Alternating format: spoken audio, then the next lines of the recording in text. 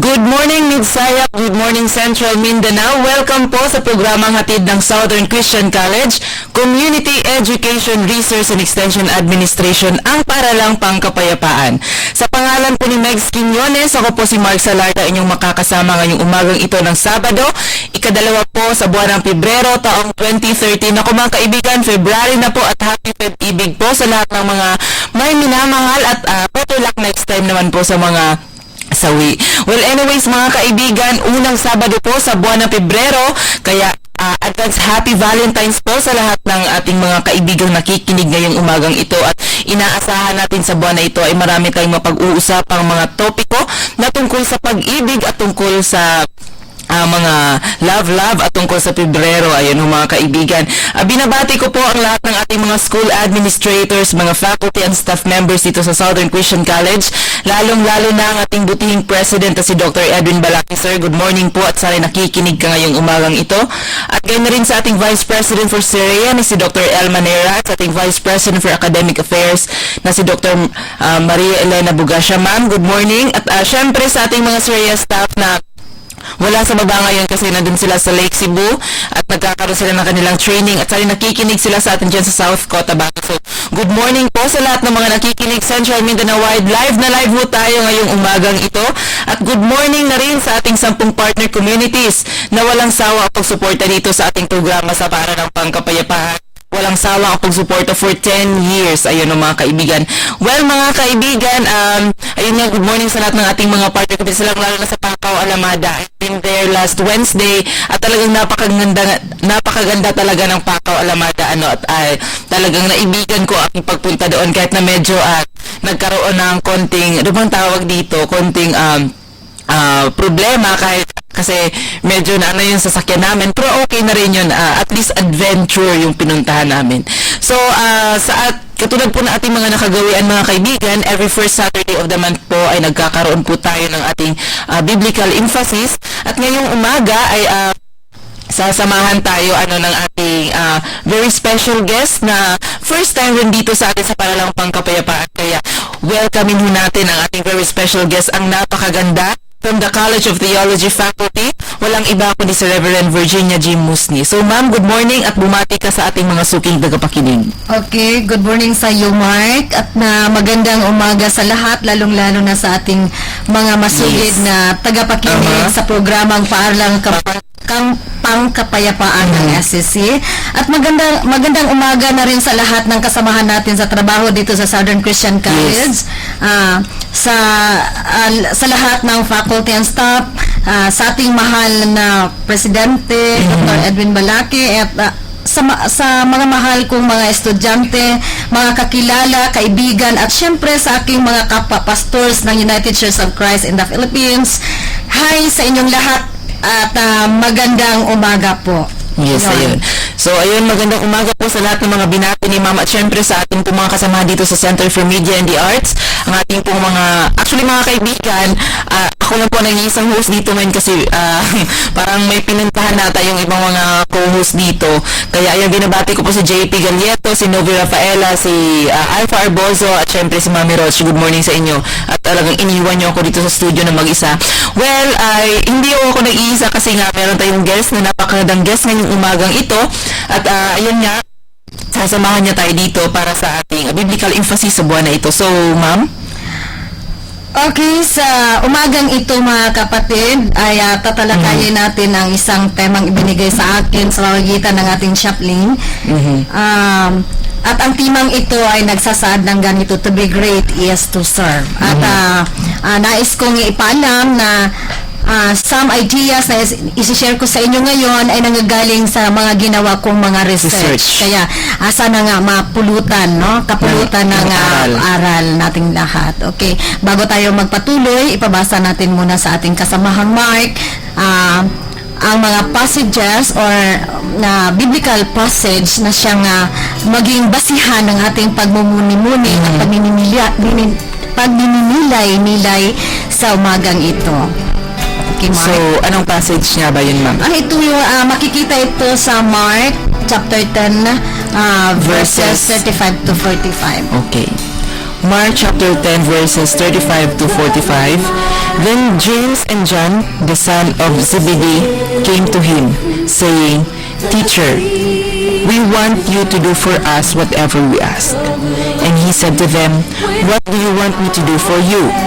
They said to him, Grant us that we may sit, one on your right hand and one on the other on your left in your glory.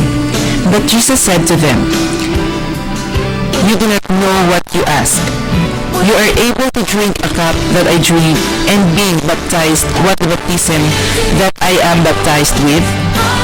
They said to him, We are able. So Jesus said to them, You will indeed drink the cup that I drink, and with the baptism I am baptized with, and you will be baptized. But to sit on my right hand and on my left is not mine to give, but it is for those for whom it is prepared.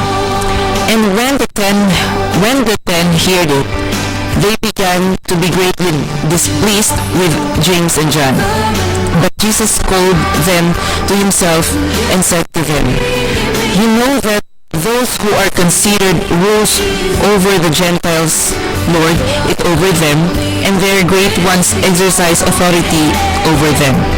Yet it shall not be so among you, but whoever desires to become great among you shall be your servant, and whoever of you desires to be first shall be slave of all.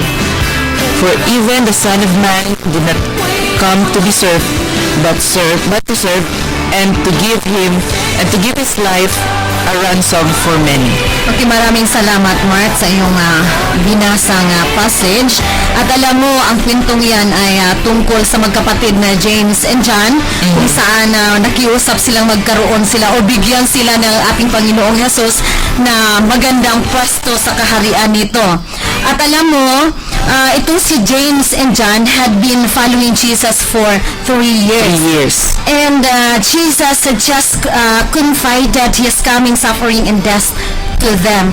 But according to the story, instead of showing understanding and oneness of heart with Jesus, itong si James and John were asking for positions of power and glory for themselves. Makikita natin sa istoryang ito ang pagiging sigurista ng magkakapatid na yan, at nais nilang magkaroon ng mas magandang pwesto, mataas na pwesto, or di kaya magiging sikat sa kanila kaysa kanilang mga kasamahan doon sa kaharian ng ating Panginoong Diyos.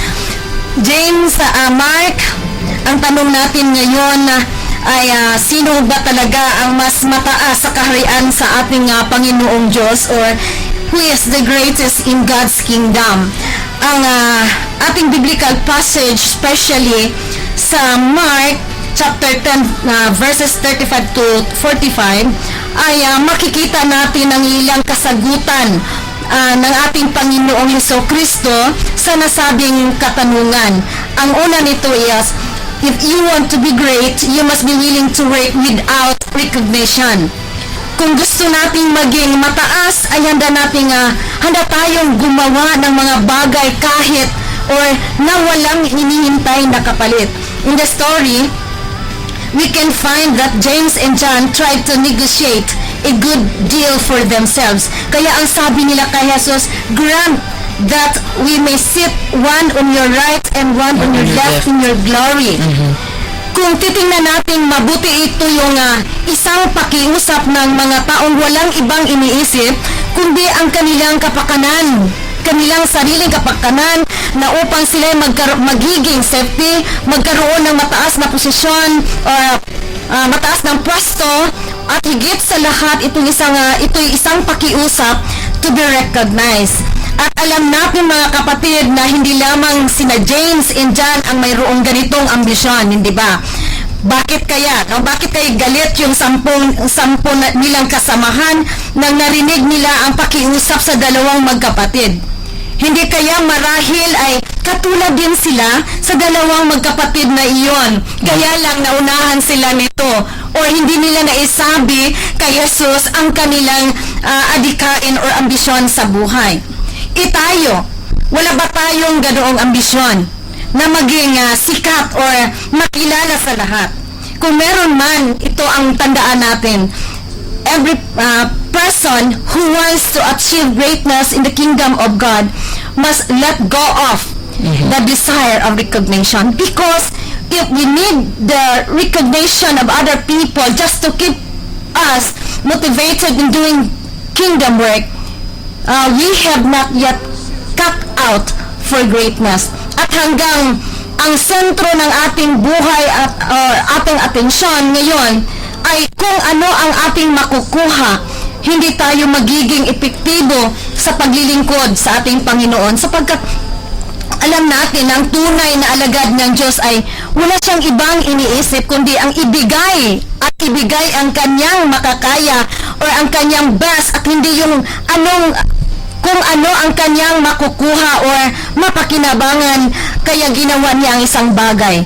A good servant focuses on what he or she is able to give, not what he or she is able to get. Minsan, ginagawa natin ang isang bagay dahil alam natin na meron itong kapalit.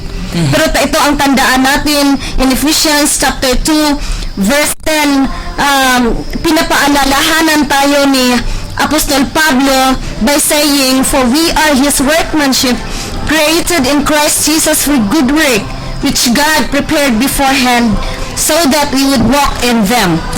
This particular passage reminds me of an old Danish proverbs that says, "What you are is God's gift to you. What you do is your gift to God." O sa madaling sabi, our life is God's gift to us, and what we do with it is our gift to God. So mga kapatid, if you really want to be great, then you must be willing to serve God in all faithfulness. Magiging matapat tayo, magiging masigasig tayo sa ating paglilingkod sa Panginoon kahit wala tayong matatanggap na palakpak for recognition mula sa mga tao. At ang pangalawa, if you want to be great, then you must be willing to sacrifice. You must be willing to endure sufferings. Ang sabi ng Panginoong Jesus kina James and John, "Aba, if you want to be great, maghirap muna kayo. Paghirapan ninyo ito."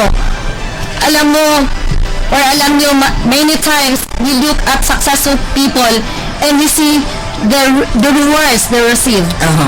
Yung mga atleta halimbawa, masaya tayong manood na tumatanggap ang mga ito ng kanilang rewards sa kanilang pagkapanalo.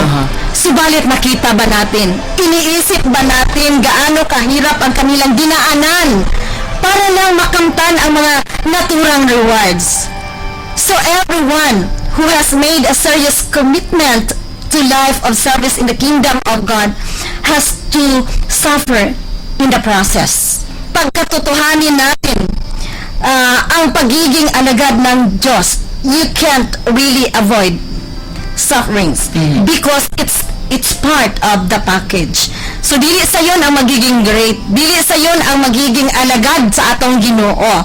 Kay gingon sa kanta, dili sa yon ang pagsunod kang Kristo, daghang tunok ang dalan nga agian mo, bugat ang cross nga pagapasanon mo. O diha sa Lucas, dyan sa Lucas chapter 9:23 ay talagang sinasabi ng ating Panginoong Jesus, "If anyone wishes to come after me, he must deny himself and take up his cross and follow me."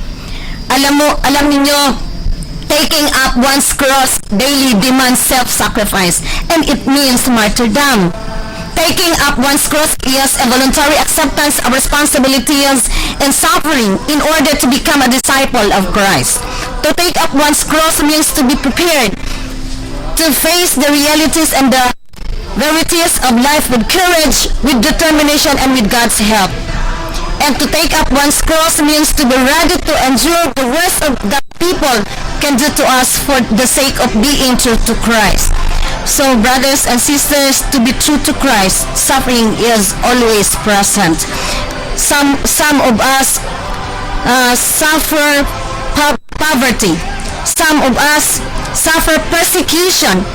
Some of us suffer criticism and disloyalty. Subalit pagka nalampasan ang lahat ng mga ito, one thing is certain, we have all the reward. But I would like also to remind to all of us, gusto ko nga ipaalala sa ating lahat na to think about the price, na to think about the reward, because a true servant of God do not focus on what he or she gets, but a true servant focuses on what he or she is able to give. Naalala ko yung sinabi ni Rick Warren sa kanyang libro, The Purpose-Driven Life. Sabi niya, you were made on earth to make a contribution. So God made you and me so that we can add to life on earth. Ang tanong, ano ba ngayon ang nagiging contribution natin sa mundo natin ngayon? Pangatlo, if you want to be great, you must be committed to meeting the needs of others than your needs. Kung gusto mo maging sikat, then you must be servant of all. In our society today, to be great means to hold a position of power and glory, and to be served by lesser people. For Jesus, the kingdom of God is entirely different. Kaya sabi niya sa istorya, or in the story, Jesus told us on how the Gentile rulers used their power to push people around, to get them to do what they wanted them to do. The Gentiles associated leadership with power and control. But Jesus said, it's not that way in the kingdom of God. Because in the kingdom of God, you lead people by working on their behalf. In other words, if you want to be great, you must be servants of all. Ito yung tinatawag natin na leadership in Jesus style. As a leader, Jesus left his status in heavenly kingdom and took the form of a servant. He served, he loved, he helped people in their needs. Alam ko na lahat tayo, mga kapatid, we profess that we are believers of Christ. We profess to be followers of Jesus Christ. Ngunit ito ang tandaan natin, to follow Christ is to be in what He does. Being first by being last. Being chief by being being the greatest by being the servant of all. Ito yung gusto ng ating Panginoon. It is God's way that we become great by serving others, not by having others to serve us. Mga igsuon, hapit na ang atong pagpili o mabagong leaders. But tandaan natin, when we cast our vote on May, we are investing in the vision that will ensure our individual lives and the future of our families and children. And casting our votes is an important step in building our nation. Our choice of leaders during election has much to say about the future of our people and our lives. So let us therefore choose the leaders who are eager to do things for the glory of God. Because we need leaders who are focused on what they give, not what they get. We need leaders who are willing to serve faithfully, even without recognition when necessary. We need leaders who are willing to sacrifice for the sake of being true to Christ. And we need leaders today who are willing to meet the needs of the people. Let us remember, we cannot serve God unless we serve people. Ito yung challenge natin, Mark, doon sa ating mga tagapakinig sa umagang ito. To God be the glory.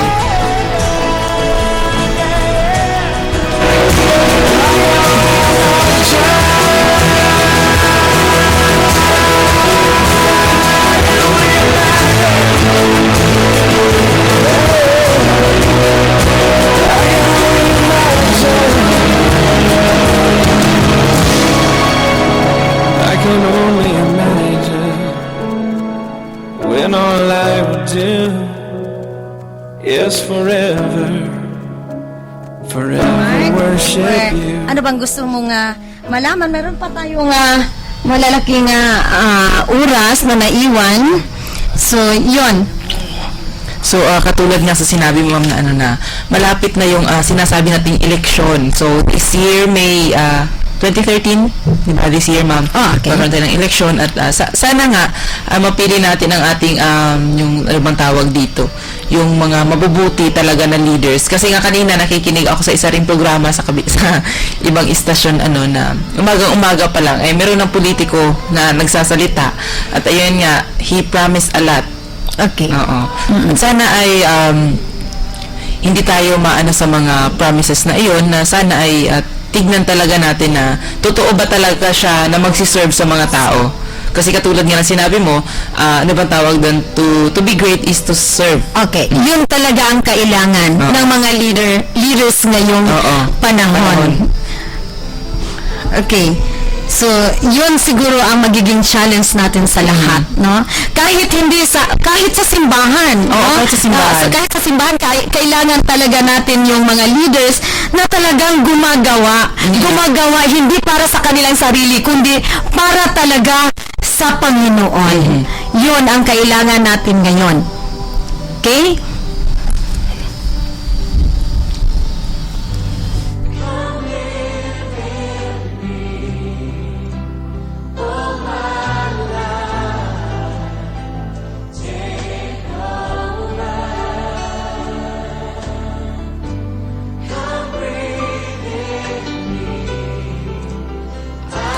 So ayun na mga kaibigan, narinig ho natin ang mensahe ngayong umagang ito tungkol ho sa being servant.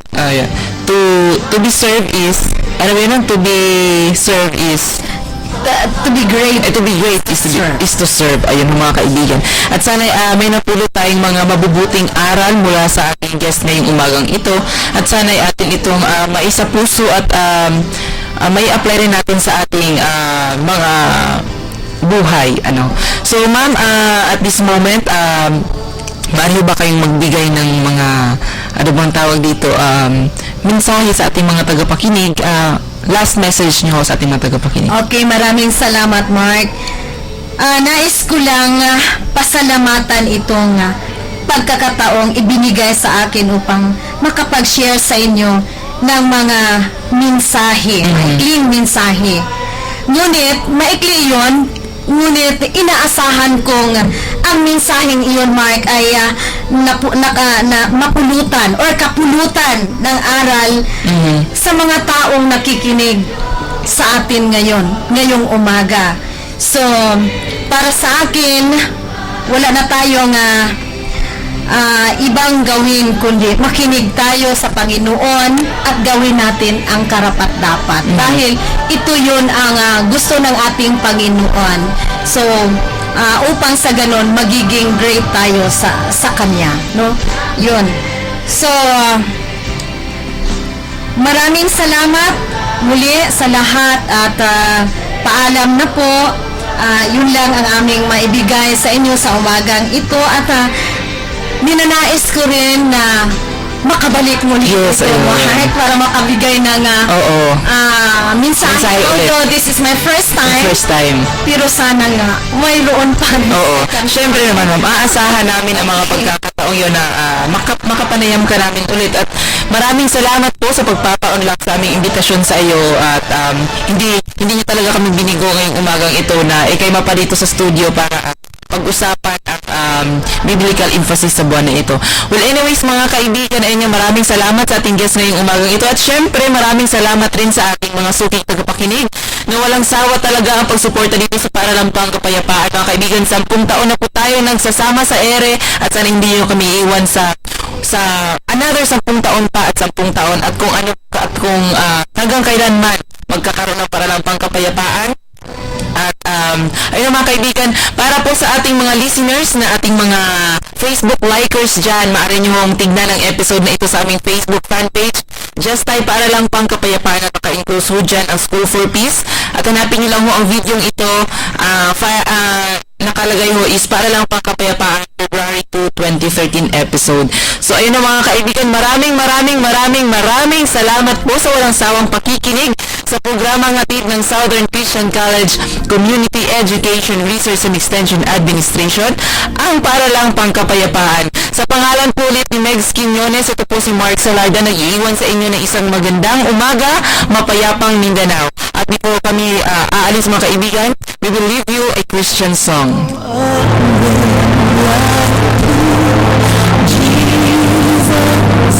In